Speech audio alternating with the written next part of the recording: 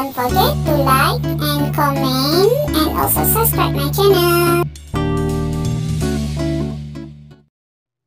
Assalamualaikum dan salam sejahtera saya ucapkan buat semua rakan-rakan guru. Okey, hari ini saya akan tunjukkan cara log masuk ke sistem PDPR KPM. Okey, sebelum itu kita akan pergi ke link sistem tersebut, iaitu di mana kita perlu type asp.moi.gov.my.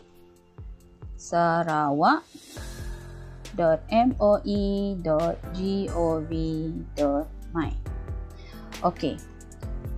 Kita klik.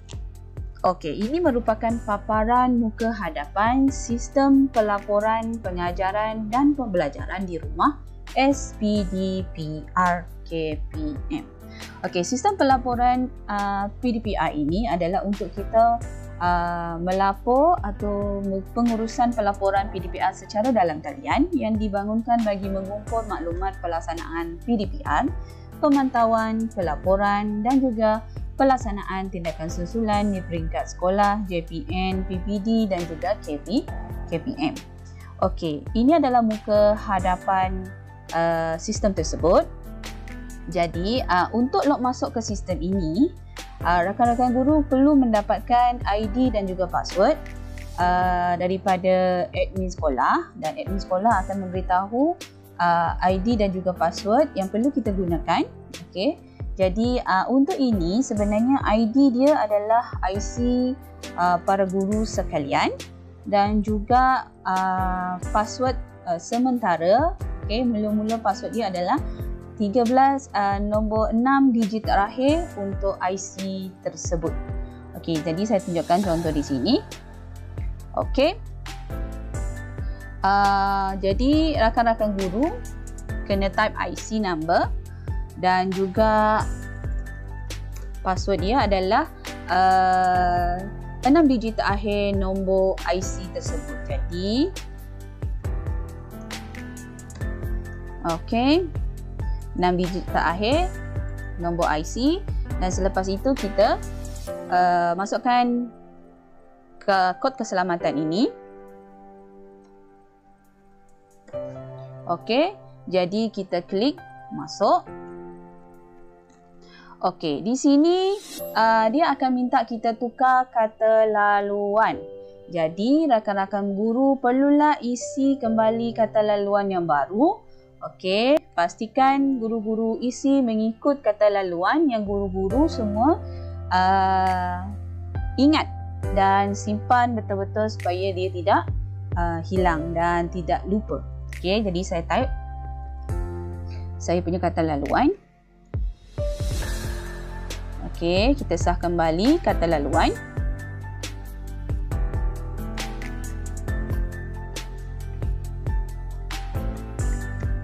Okey, setelah itu kita klik kemas kini untuk tukar kata laluan seperti tadi.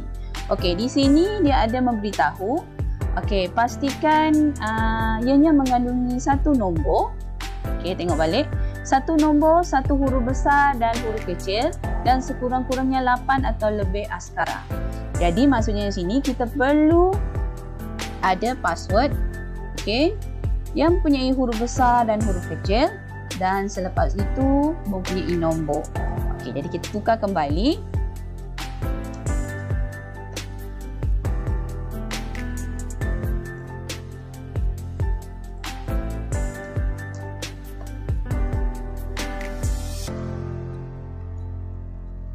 Okey, dan klik kemas kini.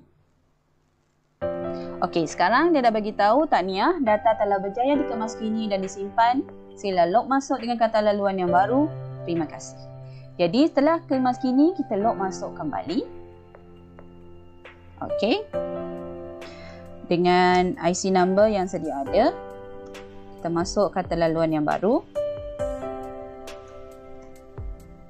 Lepas tu masukkan kod. Kod ini sentiasa bertukar ya rakan-rakan. Jadi tak perlu risau. Okey, kita masuk. Okey, sekarang rakan-rakan guru telah masuk ke sistem pelaporan PDPR. di mana di bahagian ini ada tertera nama dan jawatan, sekolah dan berapa kali telah log masuk, dan juga peruntukan masa yang diberikan. Iaitu peruntukan masa untuk kita adalah 120 minit. Jadi 120 saat. Jadi sekiranya tidak ada berlaku apa-apa aktiviti pada ini, dia akan log keluar secara automatik. Di sini selepas kita buat pelaporan, dia ada keluar untuk log out, dan sini adalah manual pengguna. Jadi kita masuk ke sistem pelaporan PDPR. Di sini ada dimaklumkan, maklumat data anda akan dianalisis secara harian untuk kegunaan BPSH dan juga KPM. Mulai jam 6 petang hari sebelum sehingga jam 6 petang hari semasa. Maksudnya kita boleh mengisi PDPR ini sebelum pukul 6 petang. Di sini seperti biasa ada menu utama, talian bantuan, daftar dan kemaskini, pelaporan PDPR harian, daftar kelas. Dan juga last sekali adalah laporan. Untuk daftar kelas, untuk daftar kelas sebenarnya kita tak perlu daftar sebab admin sekolah telah daftar kelas yang ada. Jadi yang ini kita tak perlu risau. Jadi bahagian yang perlu kita buat setiap hari adalah di bahagian ini, pelaporan PDPR harian. Yang ini tadi. Sebelum guru-guru masuk ke sini, ada satu paparan yang mana guru-guru kena isi email delima. Pastikan guru-guru isi email delima tersebut. Disebabkan saya tak ada paparan tersebut, saya hanya sebab sebelum ni saya pernah masuk, sebab dekat sini boleh tengok 17 kali dah saya masuk. Jadi paparan tersebut tidak ada untuk saya hanya ada paparan untuk buat kembali password dan juga paparan ini sahaja. Jadi untuk ini seperti biasa, rakan-rakan guru boleh pilih di sini peringkat sekolah. Kita peringkat sekolah rendah, jadi kita klik sekolah rendah dan secara automatik bahagian ini akan terbuka. Kita pilih mata pelajaran. Saya pilih bahasa Inggeris. Kemudian tahun 1. Kemudian saya pilih nama kelas. Jadi kita boleh pilih kelas di sini. Saya mengajar 1 Bravo. Di sini akan secara automatik ada jumlah murid 33 orang. Tarikh pelaksanaan PDPR di sini. Selepas itu tempoh masa seperti biasa ada kurang daripada 1 jam, lebih daripada 1 hingga 2 jam, lebih daripada 2 hingga 3 jam dan melebihi 3 jam. Yang ini adalah sama seperti borang Google Form yang diberikan oleh JPN sebelum ini. Dia hanya dia adalah borang yang sama, isi yang sama, jadi kita just pilih mengikut jadual waktu kita. Sebagai contoh lebih daripada 2 jam. Kemudian kan pendekatan, di sini ada dalam talian, luar talian dan gabungan, ada 3. Jadi kita pilih yang mana satu. Sekiranya dalam talian, boleh pilih dalam talian. Sekiranya dalam talian kita pilih, maka bahagian ini akan dibuka dan bahagian ini tidak boleh diisi. Maksudnya ini adalah bahagian luar talian dan juga offside. Sekiranya bahagian ini, sebagai contoh saya isi 23 orang murid. Selalunya murid saya paling banyak 23 orang yang mengikuti kelas dan ada 10 orang lagi yang tidak mengikuti kelas. Setelah itu, sekiranya kita pilih luar talian pula, maka bahagian luar talian akan terbuka dan kita boleh isi di sini. Begitu juga dengan gabungan. Gabungan ada 2 bahagian ini akan dibuka dan juga bahagian di bawah ini. Saya pilih dalam talian, kita isi balik 23 orang. Secara automatik dia akan tolak jadi 10, jadi kita tak perlu kira lagi seperti kita mengisi dalam Google Form yang kita perlu kira lagi. Selepas itu di sini adalah kaedah PDPR, di mana PDPR secara dalam talian telah kita pilih dan kita boleh pilih menggunakan platform selain delima. Kita menggunakan platform selain delima. Lepas tu kaedah PDPR yang digunakan secara dalam talian kita juga boleh pilih. Sama ada menggunakan modul ataupun projek. Tapi saya menggunakan lain-lain, jadi saya pilih lain-lain dan di sini akan terbuka kaedah yang lain. Seperti flip classroom, inquiry, penemuan, mastery, kontekstual dan penyelesaian masalah. Okey, jadi saya pilih contextual. Okey, di bahagian kaedah pentafsiran bilik darjah PBD ini semasa PDPR, okey, jika rakan-rakan guru ada membuat PBD, boleh letak ya. Okey, dia akan terbuka dan kenalah isi. Okey, sekiranya tidak, rakan-rakan guru pilih tidak. Okey, dia akan tutup. Okey, jika dia ya, jadi sini kita boleh pilih dia ada pemerhatian, penulisan, lisan dan gabungan. Dan di bahagian ini pula ada ya dan juga tidak untuk adakah PBD direkod setelah selesai PDPR. Okey, setelah semua diisi, okey saya pilih tidak di sini.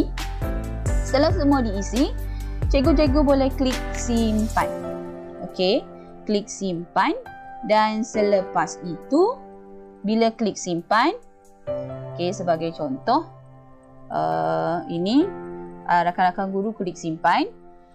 Dan setelah disimpan, rakan-rakan guru boleh lihat daftar laporan tersebut di sini, di laporan. Okey, jadi senarai guru yang melapor. Jadi rakan-rakan guru boleh pilih dari tarikh di sini dan klik papar. Dan di sini akan tertera nanti laporan yang telah guru-guru hantar. Ini adalah senarai guru yang melapor peringkat individu sahaja untuk guru. Sekiranya peringkat sekolah, admin sekolah akan dapat melihat semua guru yang telah melapor untuk hari tersebut. Okey, satu lagi bahagian yang cikgu perlu tahu di mana di sini, bila cikgu klik sistem pelaporan PDPR, cikgu klik, di sini akan ada dashboard sekolah. Okey, jadi cikgu boleh tengok sekolah yang mendaftar, okey, jumlah guru akademik yang ada di sekolah kita. Dan kemudian jumlah guru yang melaksanakan PDPR, jumlah guru yang tidak melaksanakan PDPR, jumlah sesi PDPR dan juga purata sesi PDPR. Okey, ini yang cikgu boleh tengok, iaitu dashboard sekolah. Tapi nama guru cikgu tak boleh tengok, cikgu hanya boleh tengok untuk individu guru sahaja. Okey, di sini kalau kita papar hanya ada nama cikgu saja. Okey, jadi saya harap dengan penerangan saya tadi jelas dan mudah difahami. Okey, saya berharap guru-guru dapat mengisi pelaporan ini setiap hari sebelum pukul 6 petang. Okey? Okey, itu saja daripada saya dan saya harap guru-guru faham. Dan pengisian ini amat mudah seperti juga Google Form sebelum ini yang telah kita isi untuk peringkat negeri Sarawak. Yang ini adalah seluruh negeri Sarawak akan menggunakan link yang sama, jadi agak mudah. Okey, dan juga negeri-negeri lain mempunyai link-link mereka yang tersendiri. Jadi tak ada masalah untuk pengisian untuk setiap negeri. Okey, jadi itu saja daripada saya. Selamat ber-PDPR dan juga selamat mengisi pelaporan PDPR untuk peringkat sekolah JPN dan juga PPD. Okey, itu saja daripada saya. Assalamualaikum.